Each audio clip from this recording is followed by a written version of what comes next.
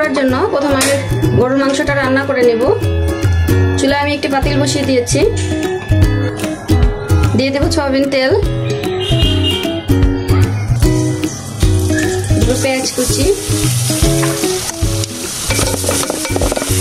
ভালো করে একটু নেড়ে চেড়ে দিয়ে দেবো তেজপাতা, কয়েক টুকরো দারচিনি, কয়েকটা এলাচ ও লবঙ্গ। ভালো করে ভেজে নেব একটু। পেঁয়াজটা ভাজা হয়ে গেলে দিয়ে দেবো পানি, মশলাটা যাতে পুড়ে না যায়। দিয়ে দেবো 1 চামচ জিরা বাটা, 1 টেবিল চামচ আদা, 1 টেবিল চামচ রসুন, সেই সাথে হলুদ 1/2 চামচ, মরিচ 1 চামচ, পরিমাণ মতো লবণ। এখন মশলাটাকে একটু ভালো করে কষিয়ে নিতে হবে।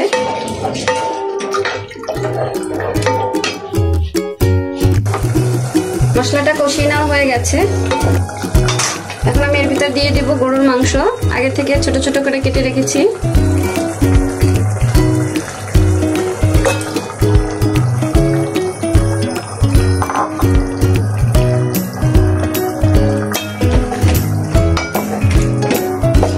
ভালো করে একটু নেড়ে চেড়ে আরো কিছুক্ষণ কষিয়ে নিতে হবে।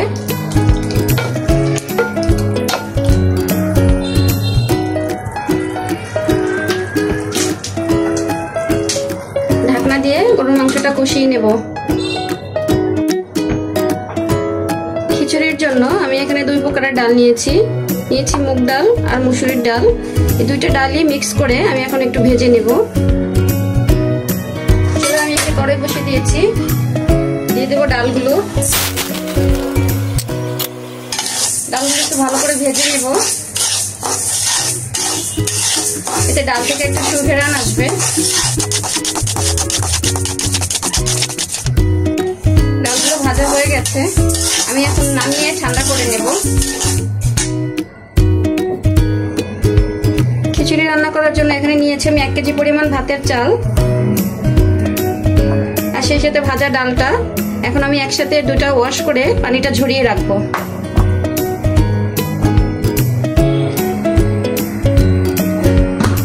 মাংসটা পুরোপুরি কষিয়ে নেওয়া হয়ে গেছে।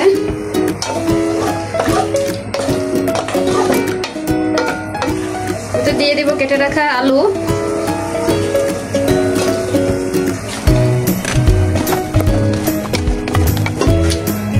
ভালো করে মিক্স করে আরো 10 মিনিট রান্না করে নেব। চুলায় আমি একটা পাতিল বসিয়ে দিয়েছি, দিয়ে দেব সয়াবিন তেল পরিমাণ মতো, দিয়ে দেব পেঁয়াজ কুচি,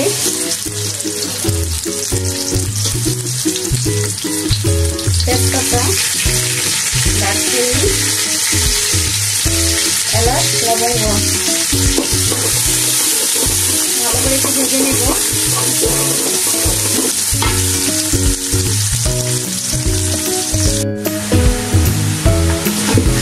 পেঁয়াজগুলো একটু হালকা ভেজে নিয়েছি, দিয়ে দেবো আদা 1 টেবিল চামচ,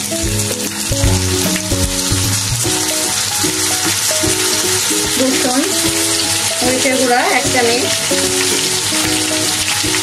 হলুদ 1/2 চামচ, দিয়ে দেবো লবণ,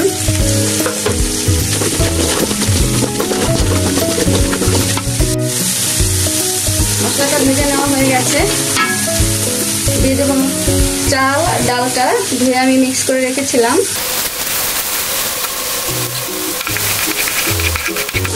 মশলার সাথে চাল আর ডালটা ভালো করে মিক্স করে কিছুক্ষণ ভেজে নিতে হবে।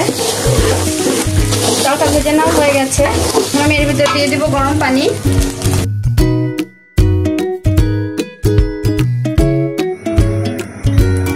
ঢাকনা দিয়ে কিছুক্ষণ রান্না করে নিব। ফিরে এলাম 10 মিনিট পরে, পানিটা একদম বলক এসে গেছে।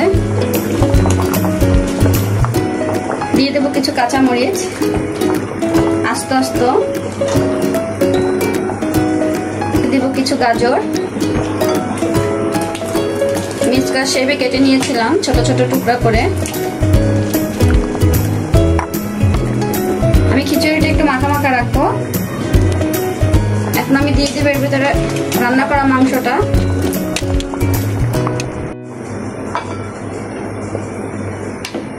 মাংসটা দিয়ে একটু নেড়েচেড়ে ভালো করে মিক্স করে ঢাকনা দিয়ে আরো 10 মিনিট রেখে দিব। ফিরে এলাম 20 মিনিট পরে। খিচুড়ির পানিটা প্রায় শুকিয়ে এসেছে।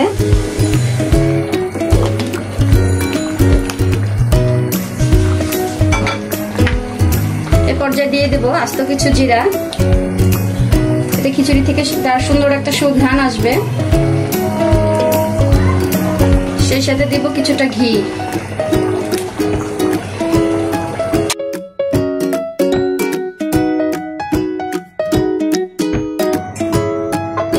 খিচুড়িটা একদম রেডি হয়ে গেছে, দেখতেই পাচ্ছেন কতটা সুন্দর হয়েছে।